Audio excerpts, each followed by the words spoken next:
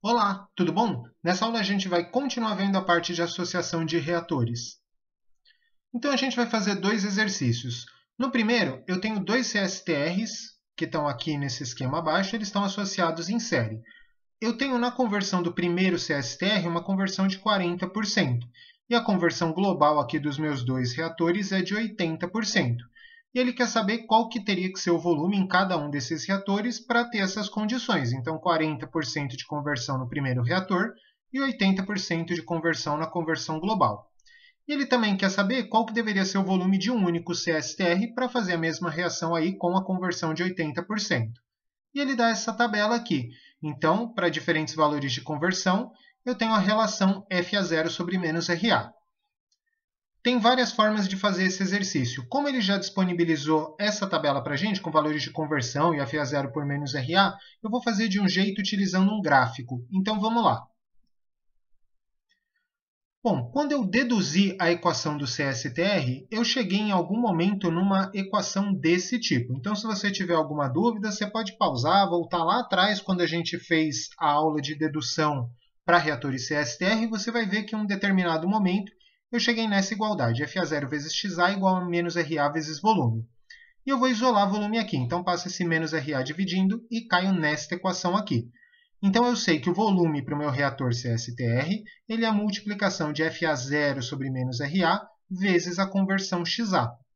Bom, para diferentes valores de XA, eu tenho os valores de F a zero sobre menos RA. Então, eu já tenho todas essas informações aqui na tabela. Então, o que eu sei? Se eu pegar para a conversão que eu quero e multiplicar o F a zero sobre menos RA, eu já vou ter diretamente o valor de volume. Agora, vamos ver isso graficamente. Então, eu tenho aqui no meu eixo y F a zero sobre menos RA e no eixo x a minha conversão XA. Essa linha preta aqui é a curva que eu obtenho ao plotar esses valores aqui, então de XA e de F a zero sobre menos RA. Como que vai funcionar o volume do nosso primeiro reator CSTR? Bom, ele é F a zero sobre menos RA vezes XA. A conversão que eu quero é de 40%, então meu XA é 0,4. A minha relação F a zero sobre menos RA para a conversão de 40% é de 2,05. Então, se eu fizer essa multiplicação, eu chego num volume de 0,82 metros cúbicos. Agora, o que isso representaria graficamente? 2,05 seria essa altura aqui de F a zero sobre menos RA. E o 0,4 é essa conversão de 40%. Então, eu faço aqui como se fosse uma figura geométrica aqui, eu teria um retângulo formado por essas extremidades. Então, uma altura aqui de 2,05 e aqui no eixo x uma conversão de 0,4. Então, tenho essa figura, esse triângulo aqui que é formado. Para o meu segundo reator CSTR, qual que seria o volume? Bom, eu tenho um F a zero sobre menos RA, que no caso aqui seria o valor máximo, né, porque eu quero a conversão de 80%, então teria o valor de 8. Então, valor de 8. E para a minha conversão ela vai ter que ir de 0,4 até 0,8, porque ele já converteu 40% no começo. Então, vou fazer essa diferença de 0,8 menos 0,4. E eu chego num valor aí de 3,2 metros cúbicos. Graficamente, o que isso representa? Que eu tenho aqui no meu eixo x essa diferença de 0,8 por 0,4 e no meu eixo y essa altura aqui de 8. Então, fazendo essa multiplicação, eu chego no volume de 3,2 metros cúbicos. Portanto, meu volume total seria o 0,82 do primeiro reator mais 3,2 do segundo reator, me dando 4,02 metros cúbicos. Por que eu coloquei aqui no gráfico também?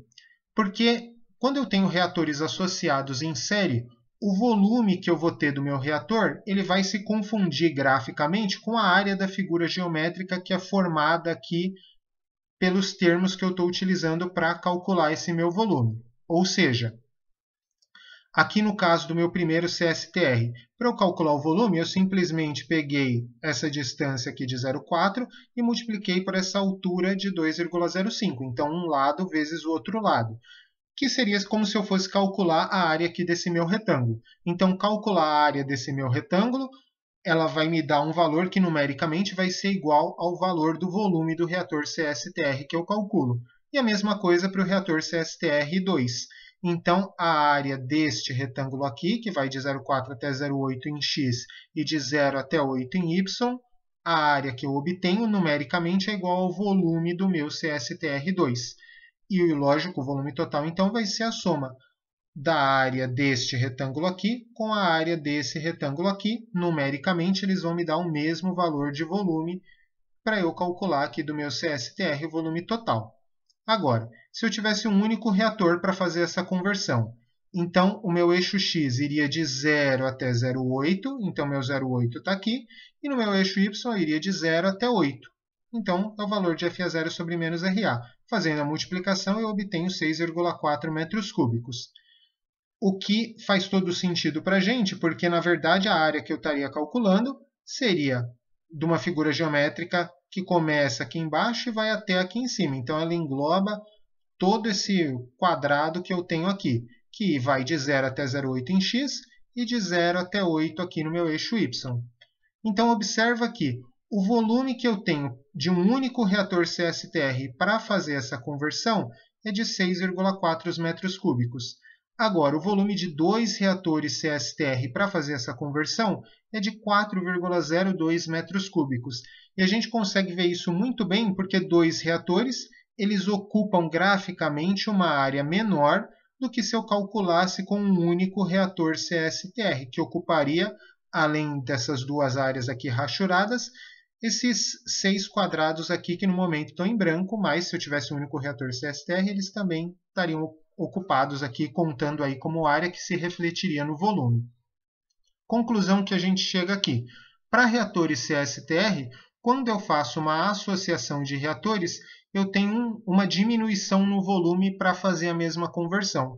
Então, para eu converter, no caso aqui específico dessa reação, ao invés de eu ter um único reator CSTR de 6,4 metros cúbicos, eu posso ter dois reatores menores com um volume total de 4,2 metros cúbicos para fazer a mesma conversão.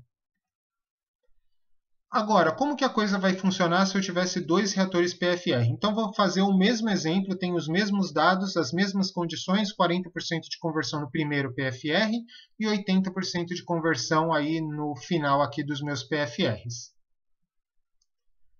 Quando eu fiz a dedução da equação lá na aula de equacionamento de reatores PFR, eu cheguei nessa equação aqui.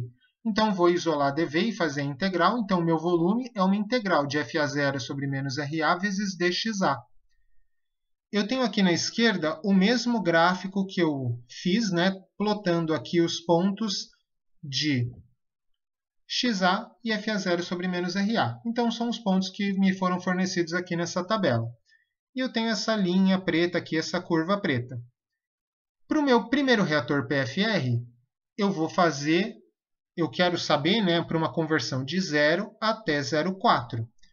Só que eu tenho que fazer uma integral. Então, eu faria uma integral que começa em 0 e vai até 40% de conversão. Ora, o cálculo de uma integral ele é basicamente a área que eu obtenho embaixo da curva. Então, no caso do volume do meu primeiro reator PFR, se eu calculasse esse volume aqui, seria a mesma coisa que eu estivesse calculando a área que eu tenho embaixo aqui da minha curva, começando em 0 aqui em x e chegando até 0,4. Para o meu segundo reator PFR, eu teria que fazer uma integral, mas como eu já tenho uma determinada conversão, ela começaria em 0,4 e terminaria em 0,8. Então, fazer uma integral de 0,4 até 0,8 é a mesma coisa que eu estivesse encontrando a área embaixo da curva, mas só nessa posição aqui, variando aí de 0,4 até 0,8. Então, meu volume total seria a soma desses dois volumes, que me dá 2,1 metros cúbicos. Agora, se eu tivesse que fazer a mesma coisa, mas em um único reator PFR, eu teria que resolver essa equação integrando de 0 até 0,8. Se eu integrar de 0 até 0,8, eu estou simplesmente calculando a área embaixo dessa curva aqui. Ao calcular a área embaixo dessa curva, eu vou obter o mesmo volume de 2,1 metros cúbicos. Então, observa que para o reator CSTR, a gente tem um ganho no volume em fazer a associação em série de reatores CSTR, ao invés de usar um único reator maior CSTR para fazer tudo. Quando eu tenho reatores PFR, não importa para mim se eu estou utilizando um único reator maior ou se eu estou utilizando dois reatores menores. Para fazer a conversão, os volumes finais que eu vou precisar para a mesma conversão são exatamente os mesmos. Então, no caso, uma associação de PFR em série para uma condição desse tipo não me dá tanta vantagem. É diferente para o reator CSTR. Para o CSTR eu tenho a vantagem, para o PFR eu não vou ter. Então, aqui só compilando as informações. Então, para o reator CSTR, se eu tiver 2 reatores CSTR associados em série, eles são melhores do que um único reator CSTR. Já para PFR, se eu tiver 2 reatores PFR associados em série, não faz diferença para o caso de eu ter um único reator PFR. Então, os volumes que eu preciso para uma mesma conversão, nesse caso, são exatamente os mesmos. Outra particularidade é que, como nós vimos, se a gente tem 2 reatores CSTR, eu tenho um volume menor do que se eu tivesse um único CSTR para fazer o processo. Então, não é muito surpreendente se eu disser que se eu tivesse mais reatores CSTR, eu teria um volume cada vez menor. Então, se ao invés de 2 reatores, eu tivesse 4 reatores, um indo de 0 até 0,2, outro 0,2, 0,4, 0,4, 0,6 e 0,6, 0,8.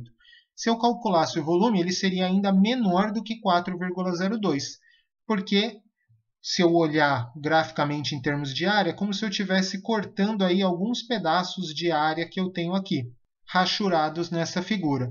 Então, fazendo isso, a área que eu obtenho seria menor, consequentemente, o volume que eu precisaria também seria menor. E no limite, aí, o que eu observo? Se eu tivesse infinitos reatores CSTR, cada um deles convertendo um infinitesimal da minha reação, eu aproximaria cada vez mais de um reator PFR. Então, infinitos reatores CSTR associados em série, cada um convertendo um infinitesimal, o menor volume que eles vão chegar é justamente o volume de um PFR para fazer essa conversão. Agora, existe uma particularidade que é quando a gente tem reações que apresentam uma curva desse tipo. Então, quando eu faço conversão por 1 sobre menos RA, ele não faz uma ascendente, como a gente viu aqui, por exemplo. Mas ele começa descendo e depois ele sobe. Para essas condições, aí eu tenho que fazer uma avaliação um pouco diferente. Então, aqui em verde, eu tenho se eu tivesse um reator PFR para fazer a conversão, e em azul se eu tivesse um CSTR. Então, nessa primeira condição aqui, que eu quero uma conversão relativamente pequena, um reator PFR, como ele é a área embaixo da curva, a figura que eu estaria observando seria toda essa aqui pintada em verde. Já para o reator CSTR, como ele seria um retângulo ou um quadrado, seria aqui essa figura, esse retângulo que eu observo em azul.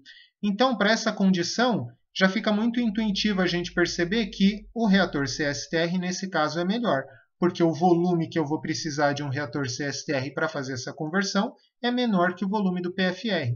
Eu consigo observar isso claramente pela figura. Agora, se eu quisesse uma conversão maior, meu PFR seria a área embaixo da curva. O meu CSTR seria esse retângulo formado aqui. Então, aqui não fica tão simples de eu avaliar se é melhor eu ter um PFR ou se é melhor eu ter um CSTR. Eu precisaria calcular para saber. No final, qual que é a melhor condição que a gente pode ter? Até esse ponto de inflexão que eu tenho aqui dessa minha parábola, eu posso estar utilizando o CSTR para fazer essa primeira conversão, porque a gente percebe que o CSTR é melhor para essa condição. A partir do ponto de inflexão, como eu tenho uma curva ascendente, curvas ascendentes, a gente já viu que o PFR acaba sendo melhor. Então, eu posso ter um CSTR num primeiro momento, até uma conversão que chega nesse ponto de inflexão, e a partir daí eu tenho o PFR para fazer o resto da conversão, então seria uma associação ideal que eu teria aí de reatores. Bom, eu sei que essa aula pode parecer um pouco confusa a princípio, mas qualquer dúvida, se vocês assistirem ela mais uma ou duas vezes, vocês vão ver que não tem nenhum segredo. Basicamente, a gente consegue transpor, o cálculo do volume de um reator, seja ele CSTR ou PFR, para a área de uma figura geométrica que a gente consegue observar num gráfico de XA por FA0 sobre 1 menos RA ou 1 sobre 1 menos RA. Então, eu consigo transpor numericamente o valor da área que eu calculo dessas figuras para o volume que eu preciso do reator. Isso acaba, em algumas condições, permitindo que visualmente a gente já consiga aí saber se é melhor ter um CSTR, se é melhor ter um PFR, se é melhor ter uma associação ou se eu preciso fazer uma avaliação um pouquinho melhor para isso. Bom, por essa aula é isso. A gente continua então na nossa próxima aula. Então, até lá!